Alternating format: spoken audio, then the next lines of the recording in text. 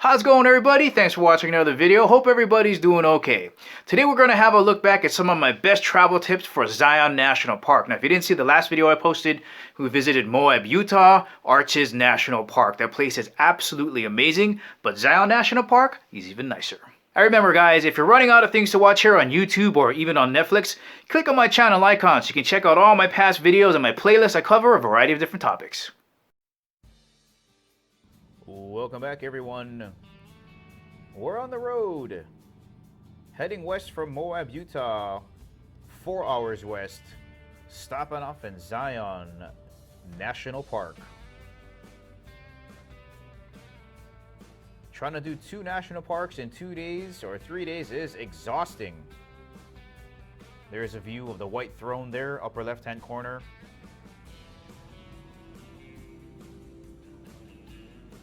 Amazing views from the canyon floor. We decided to stay at Zion Lodge on the bottom of the canyon, but there are tons of places to stay outside of the canyon that are a lot cheaper. But since we're only staying for a day, 1 night, we figured, hey, let's go for it. Heard a lot of good things about it, and they're all true. The lodge is absolutely gorgeous, absolutely magnificent.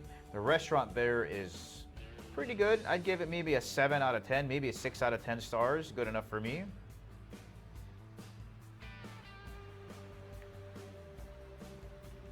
Nice place. So yeah, quick story. So most national parks are out there. Like Moab is in the middle of nowhere.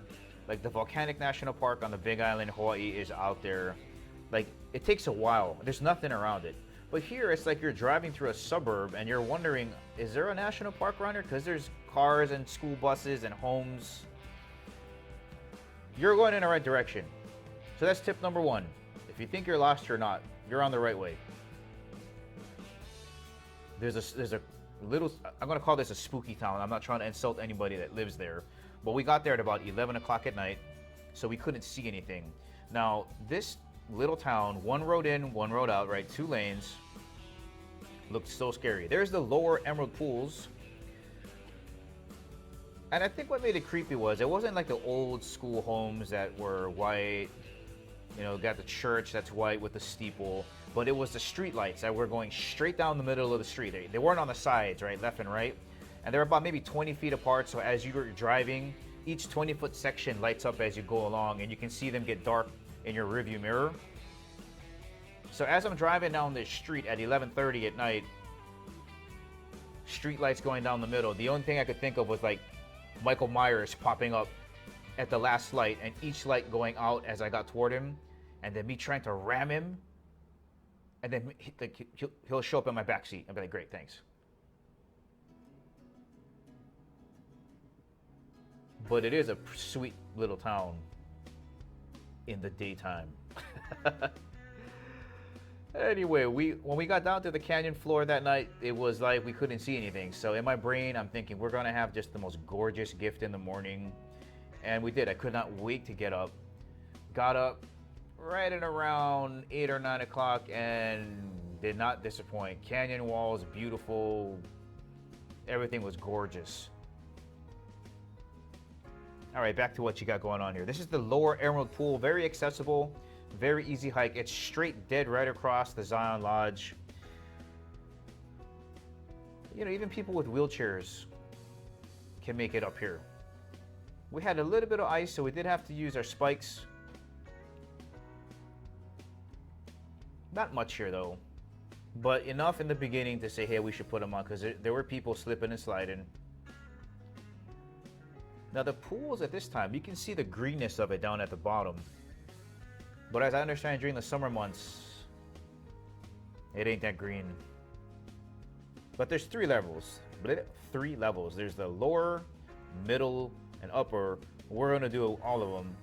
And we just didn't have enough time to do anything, because the half a day we spent after this just couldn't do it. So after you're done here at the lower pool, you're gonna go through these really cool like man-made cutouts. It's almost like you're in Star Trek trying to fight the lizard dude, and you're kind of coming around like, oh, what's going on? It's such a mystery. It's almost like a pathway to a hidden garden, the way that they cut out these man-made steps out of the rocks. I wish we had more time, and that goes back to my last video. You got to plan your days accordingly. especially during the winter because the days are shorter. Guys, right here, I am tired. You know, we had some time, like I was saying, during the second half day to do stuff, but I was just pooped. You know, like doing the 2 days of hiking at Moab and then running into this. Ugh. Now, I don't know if this is the middle Emerald Pool. I don't think it is because there's a sign on the right-hand side that says go this way to Emerald Pool. Caution, don't go because portions of it have been washed away. But it's still pretty sweet views.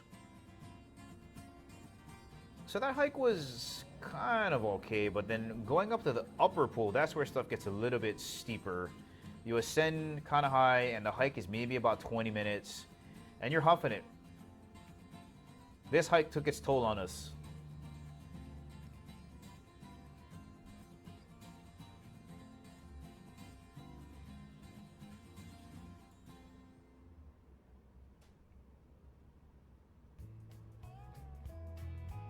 Just trying to show some of the terrain that you got to get up there.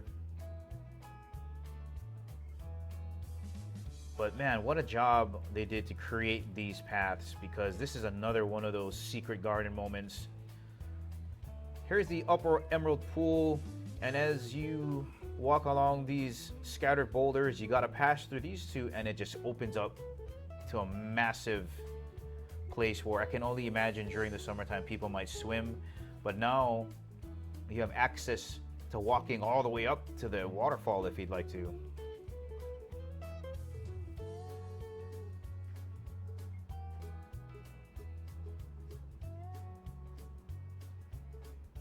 Now, if you do the entire trail like we did, it might take you about 2 hours. It took us 3 hours because we're stopping to take pictures. And the videos.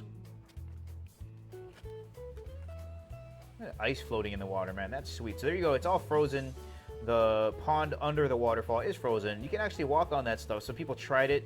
They heard some cracking, freaked out, got off of it before they fell in. But check out those canyon walls.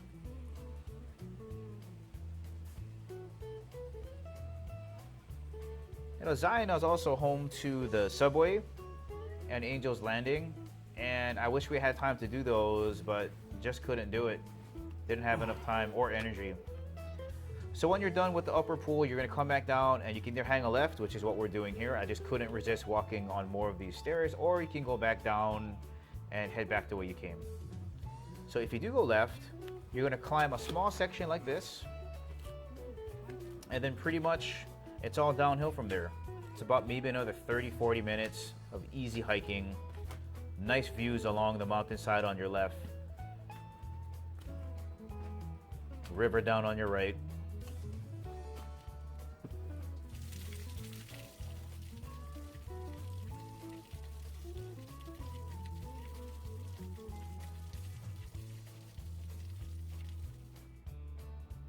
It's pretty hot down in there, by the way. You know, Moab was like 35, 40 degrees. Sometimes it was even got down to 25 in portions of Moab. But here it's like 45, 50 degrees, especially when you're moving around, you get pretty hot.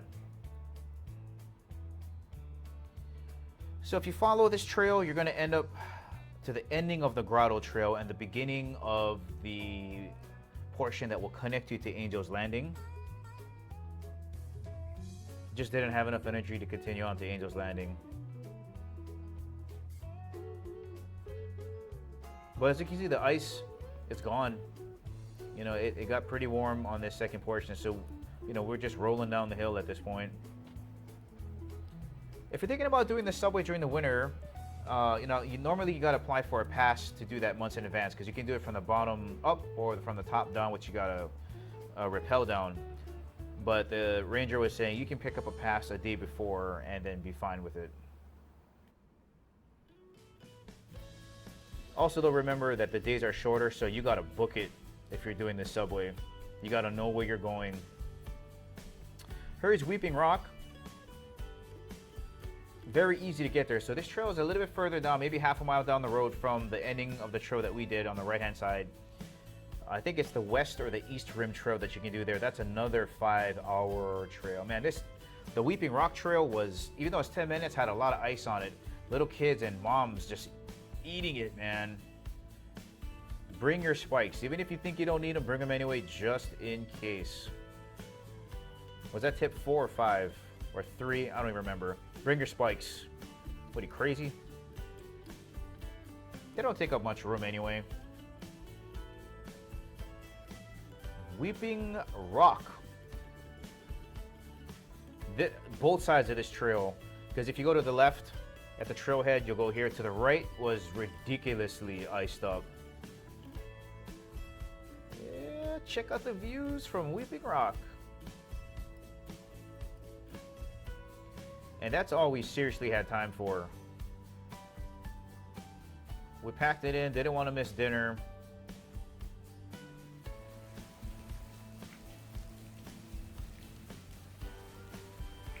Sweet views, man. Yeah, on the way back,